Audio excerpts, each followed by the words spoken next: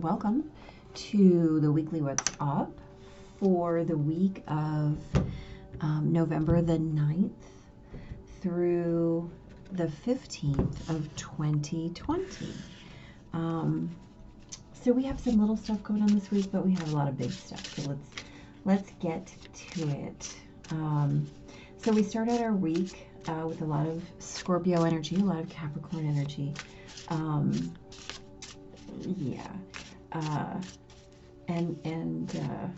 You know, it's been happening for a while. This same kind of energy has been propelling us forward, right? We've got all this energy in Capricorn, Jupiter, and Saturn and Pluto, and these things are about to change, right? They're about to change in really big ways, and so we need to be preparing for that. You know, that whole concept of we are in transition that I've been talking about for the last, I don't know, couple of years.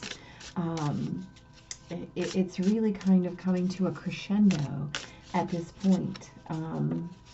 These are the last few weeks we're going to talk about this energy being in the configuration that it is, in the directions that it's in the energetic mandate, right, that we've been under.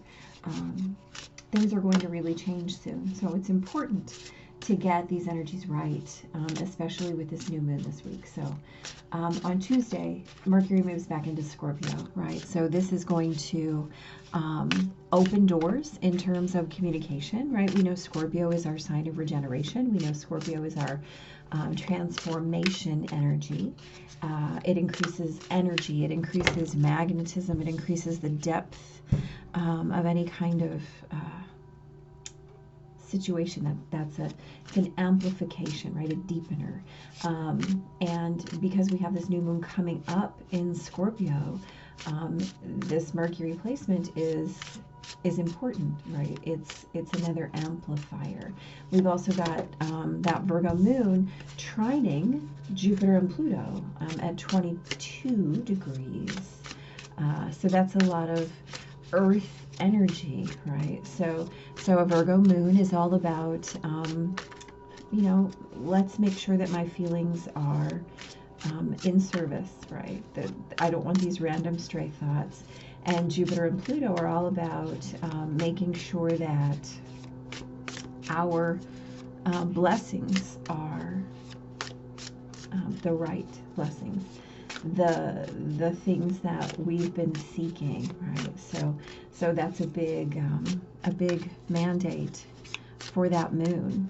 On Wednesday, the moon goes into Libra and it opposes Chiron. So again, Wednesday is another day for making sure that we are again being led by our feelings, right? Not our wounds, that we are allowing ourselves to be reactive, or I'm so sorry, responsive, not reactive, right? We want to make sure that as we put our feelings into action, and this is going to be really important later in the week, that we are using our emotional intelligence skills to discern emotional garbage versus a useful feeling, right? Especially with that Virgo moon trine Jupiter and Pluto the day before.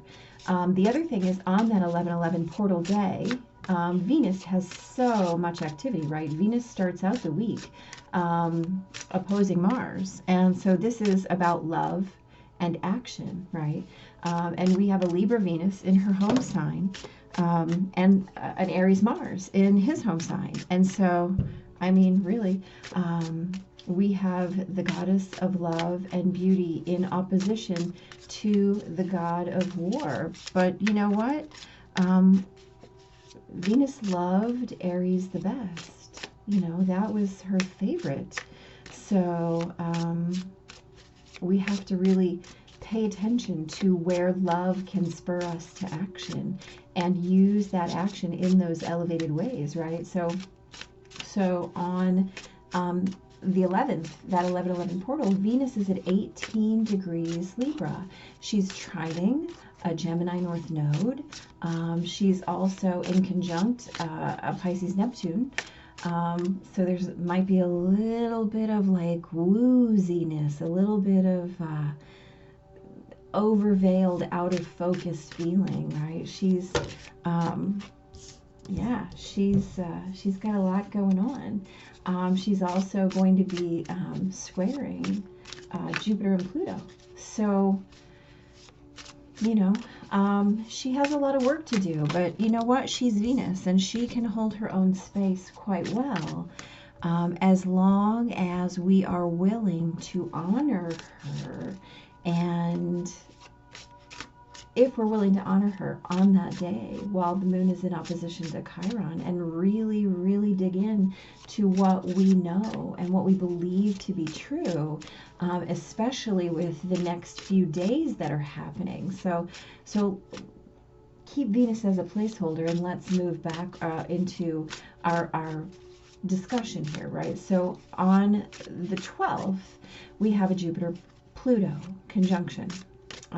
So Jupiter is the planet of blessings and expansion and growth and abundance, right? Bigness, right?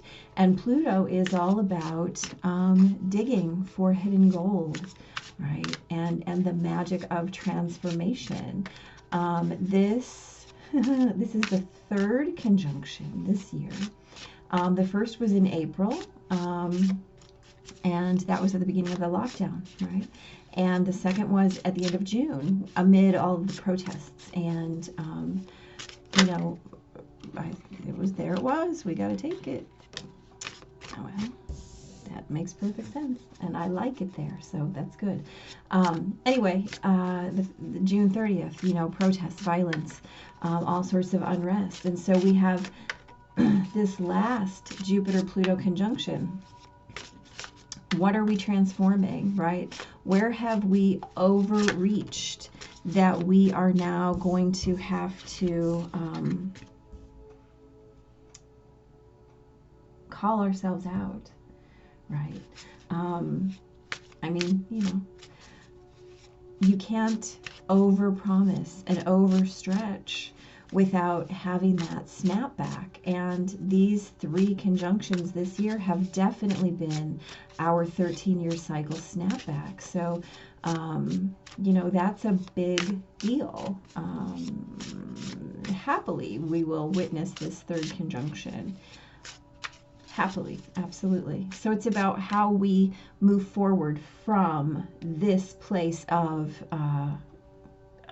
where the leash snaps, right? Where we have gotten to the end of it and we snap it back. Especially in Capricorn, it has to be something functional. It's got to be something that makes sense. It's got to fall into line with that Capricorn overarching sense of architecture and vision. And so we must make sense of those places where we have gotten out of bounds, per se. You know, Pluto is always going to bring us back and make us look at those places where we stepped off the sidewalk. So that is a great day to do that. And then on Friday, Mars turns direct in his home sign of Aries. So all of us, I say, who have significant Aries placements, will feel a sigh of relief as we get this forward motion. Mars has been in retrograde since the 9th of September. And remember that he is moving direct in opposition with Venus. And so oppositions are opportunities. We have the opportunity, right, to put that love energy, that balance energy, that harmony energy, that justice energy into action on this day.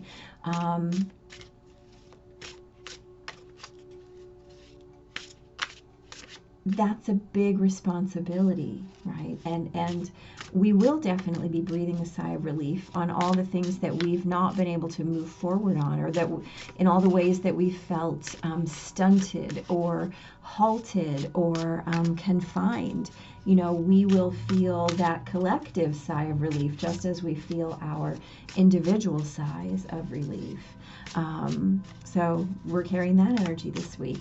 And then, you know, on Saturday night here in the Central Time Zone, Saturday night at 11 p.m. Central Time, we have a new moon, which I believe is the most important new moon of this year. It's at 23 degrees of Scorpio.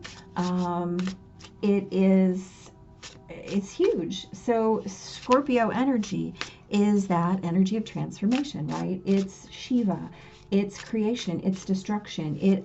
It mandates that we create space for what is coming, right? If you want to go buy a whole bunch of new shoes and your closet is bursting at the seams, you don't have any room for new shoes. You have to get rid of something before you can add to it, right? So what we have been dealing with, as anybody who's been paying attention to anything that I've said, or anybody else has said, to be quite honest with you, is that we are in that place of requiring space. We have been in the process of clearing our clutter and purging, right?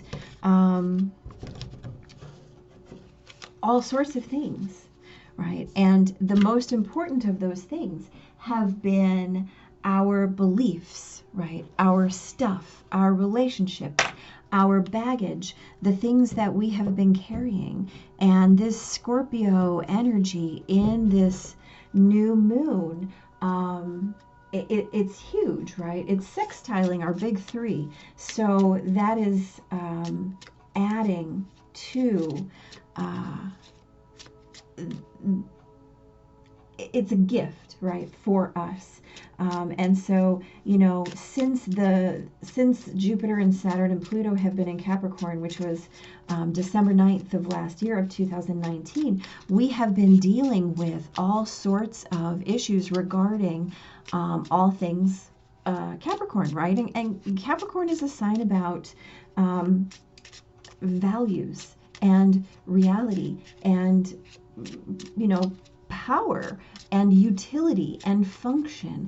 And so all those ways where we've got Jupiter, the planet of expansion and growth, and also overpromising, and Pluto, the planet of you know, transformation and mandated unearthing of what we have buried, you know, and Saturn, which is the Lord of karma, right?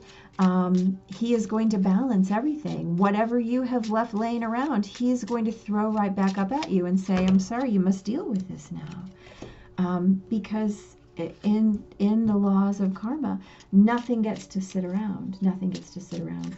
And so at this new moon, all of those things which you have released, you get to create your intention for, right? That's what new moon energy is about. It's about creating that intention for what you're calling in. And so as we have been doing this work over the last couple of years, in this energy of transition and in this energy of release and in this energy of just clearing karma over and over and over again. I know many of you say you feel as though there's nothing left. There's nothing left, right? I have to be an empty vessel by now. And, you know, there's always more. That's the thing. But at this new moon, we get the opportunity to begin to create our what comes next, right? And so this is all about our capacity to vision in this Capricorn energy, but also in alignment, in amplification with this Scorpio new moon, right? So this new moon is trining Neptune. Neptune is in Pisces, right? So this is all about dreams and hopes. It's all about spiritual communication and connection. It's how our spirit and our soul gathers resources. And what is Capricorn but about utilization of resources, right? So as this new moon trines Neptune, we have that capacity, that ability to really vision our future if we are able to deeply listen to our intuition. And we are able to do that if we have been doing the work for the last couple of years and really clearing out our vessels. This is a time when we're able to simplify our priorities, right? We're coming out of this era of Capricorn energy. And I will definitely explain more about that. I have some things I want to discuss about the upcoming Jupiter-Saturn conjunction in Aquarius. But for the last 200 years, we've been under this umbrella of Capricorn energy, right, which is all about function and utility and usability. And so we have not only seen and felt all of these issues around what does it do for me, right? And that practicality, right? You know, Capricorns like to live in the 3D, and as all this big energy moves into Aquarius, we are going to have a clean slate in order to create for and as the collective, right? So we're going to be moving out of this individuality consciousness that Capricorn necessitates. We are going to be moving out of this pragmatic, routine and structural based old world systems, right? All of these things that do not serve us as individuals and collectives. We're watching them crumble right now, and I don't. It doesn't matter from which side you look.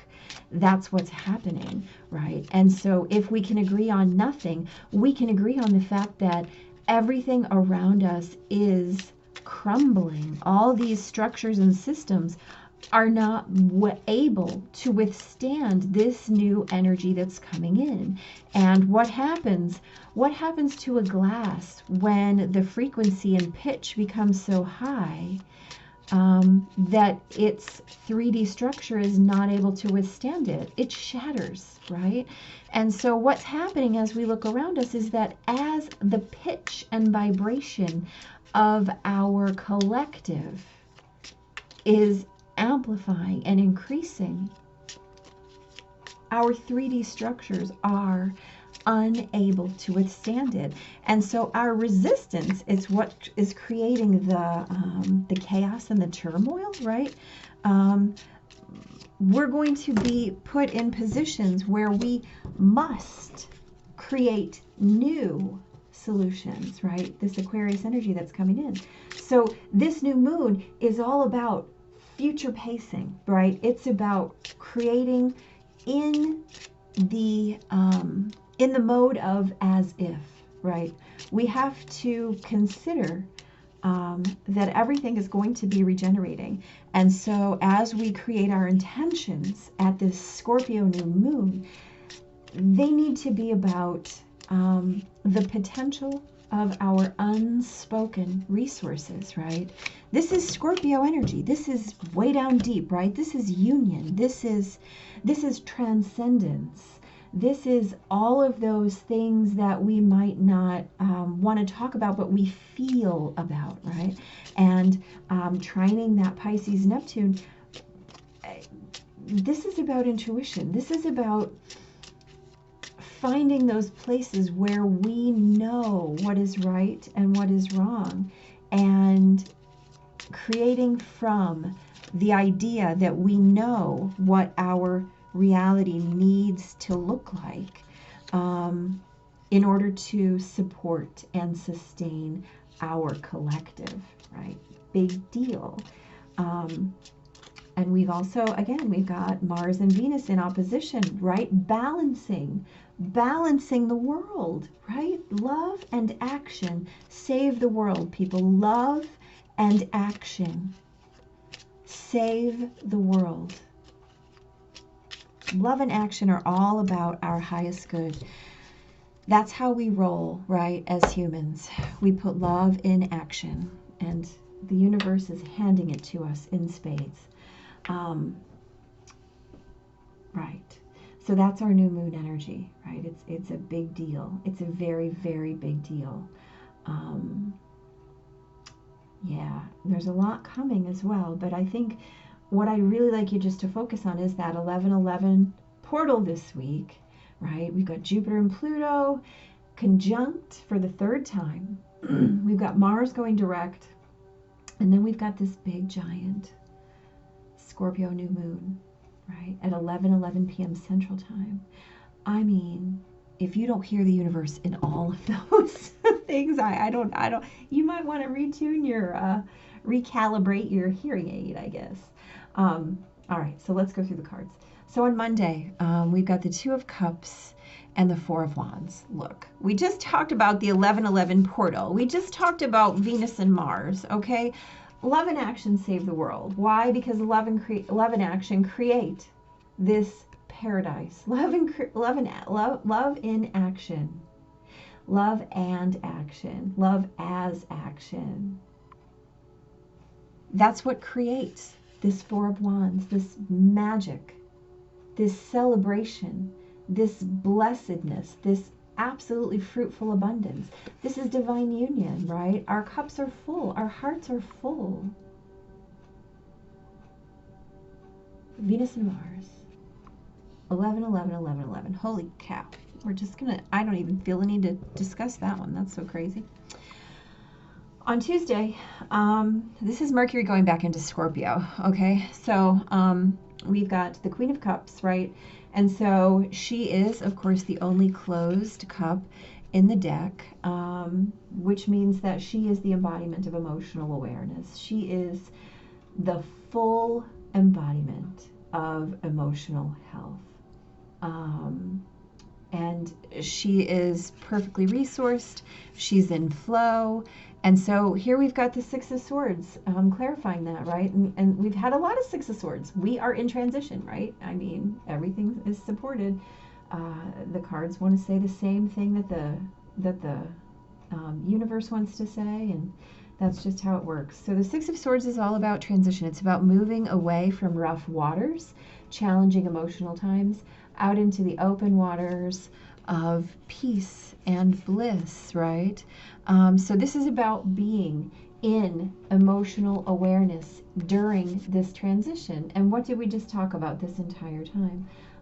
About staying in that heart space and really embodying that love in action, right? This is the day that our Virgo moon is going to trine Jupiter and Pluto. So this is about how will my emotions ferry me through this transition?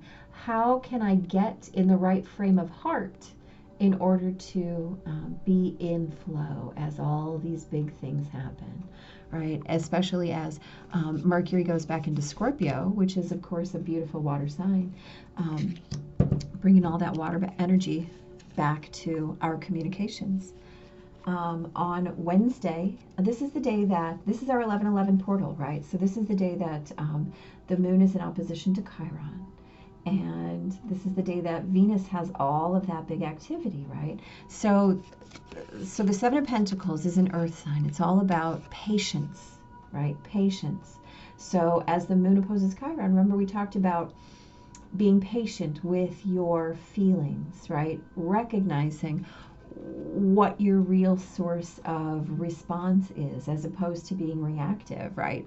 And just breathe through that, because the magician is here as well, and the magician knows that he is the master of all of these elements, right? Earth and fire and water and holy cow, what's the other one? I don't know, I'm blanking. Wow, hey. So anyway, I'm not going to be able to talk. Air, hello.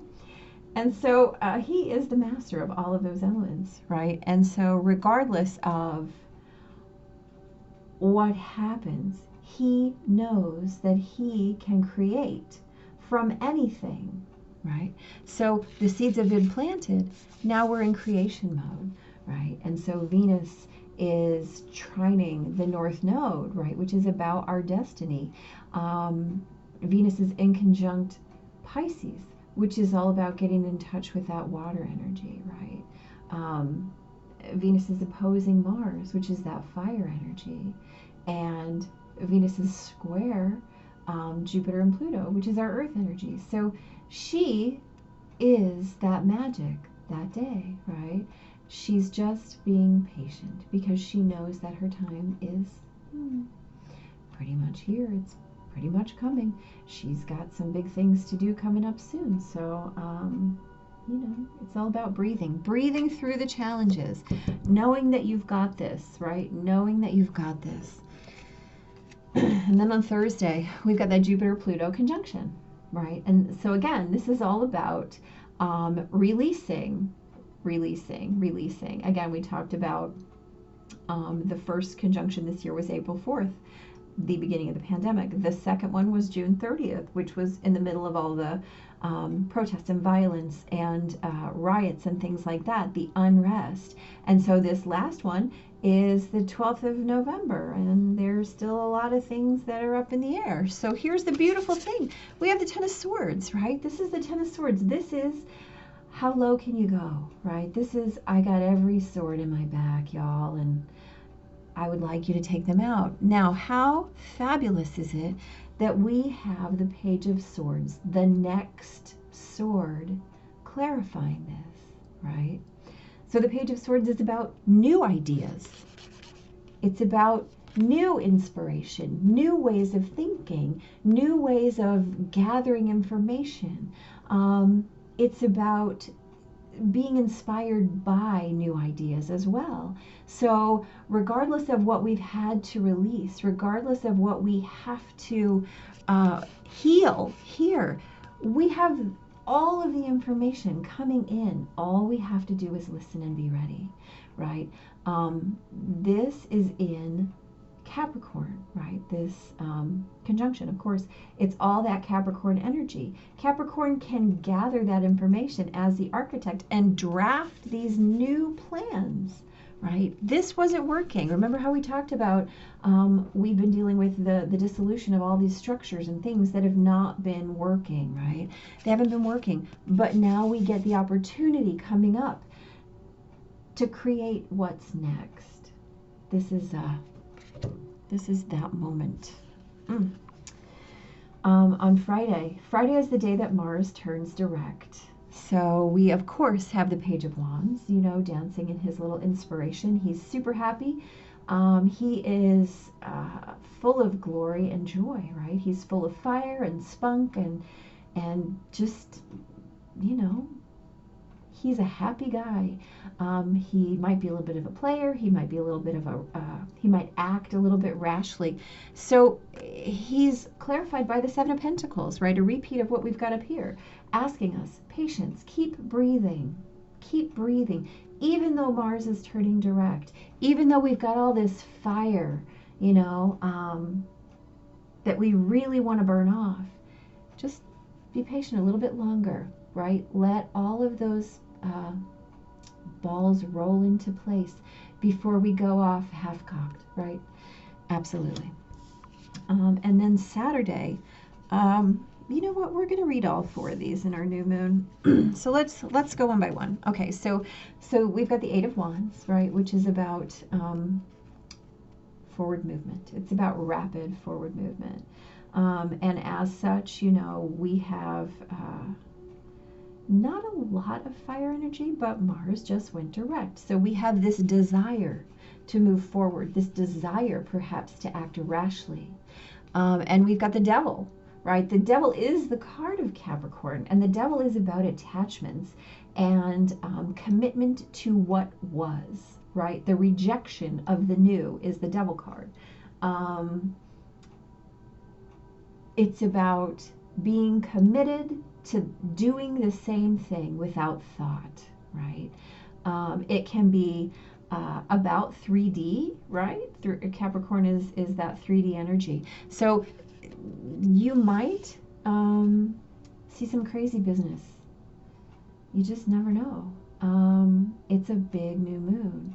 And so this energy is definitely about wanting to move forward rashly in the ways that we have, right? This is about not being in response. This is about being in reaction, right? So this is a day to guard against any kind of reactivity and really, really get into that Venus-Mars energy of balance and opportunity, as opposed to letting Mars rule here, right? So remember your duty to the goddess of love on this day, right? As she sits in Libra, asking you to keep in mind harmony and balance and not go off half-cocked. Just wait.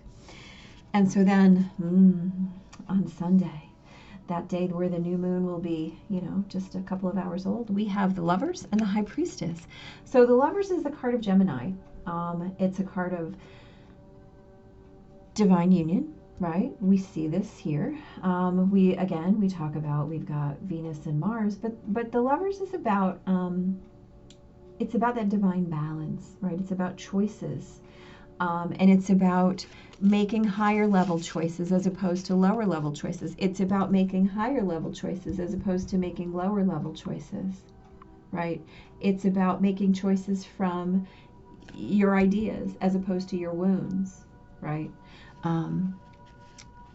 Yeah. And clarified by the High Priestess, this is about intuition, right? This is that Pisces energy coming back to guide us. You know, in the form of that beautiful Neptunian dreams, hopes, ideals, right? Spiritual connections, spiritual and soul resources that we know we have all of the things we need, right? We've planted all our seeds. We know that we have all of the things we need. We simply have to allow divine timing to bring them into fruition, right? We will know. We will know when it's time to act. If we can not be triggered, if we cannot be triggered and we can allow our higher level inspiration and ideal and vision to rule the day and not our wounds, you know, there's really no limit on what we can accomplish at this time. And again, we are being really, really asked to hold this highest vision. And resist the urge to act from this base instinct. Absolutely. Cornucopia. Oh my gosh, really? Wow, okay. You see it? Hold on, I'll show you. So funny. I love it when the universe tries to prove a point, guys. It's a beautiful thing. Card number 11. Cornucopia. Wishes fulfilled. An abundant harvest and great blessings wait for you. You may even find all of your wishes fulfilled. This cornucopia of gifts from the universe can come in the form of financial riches, job fulfillment, romantic love, or all of the above. When you receive the cornucopia, so beautiful, you know that you have done important work and it's about to pay off. The seeds you've planted in your energy and in your life are ready to be harvested in significant ways. Get ready, for a great feast of abundant value is being prepared for you now, and Spirit is applauding all your effort. So again, this is all about honoring the work that we have been doing collectively and individually for the last couple of years, and really being in a position right now to start to gather and create from all of that work that we have been doing, right? And so from my own very personal deck, we get hashtag act accordingly. And what we know the act accordingly card is all about is standing in your divine presence, right? And acting accordingly. Instead of being reactive, being responsive, right? Not acting out from these wounds, but acting from these divine mandates. Allowing yourself to be inspired and wait until the time is right, as opposed to just reacting, right? We're not reacting. We are acting, and we're acting accordingly. Guys, it's a really big week. Get your intentions clear, right? Get them very clear. Get very intentional. We will talk again before the new moon. Yeah, we will. Until then, take it easy, keep breathing, and blessings.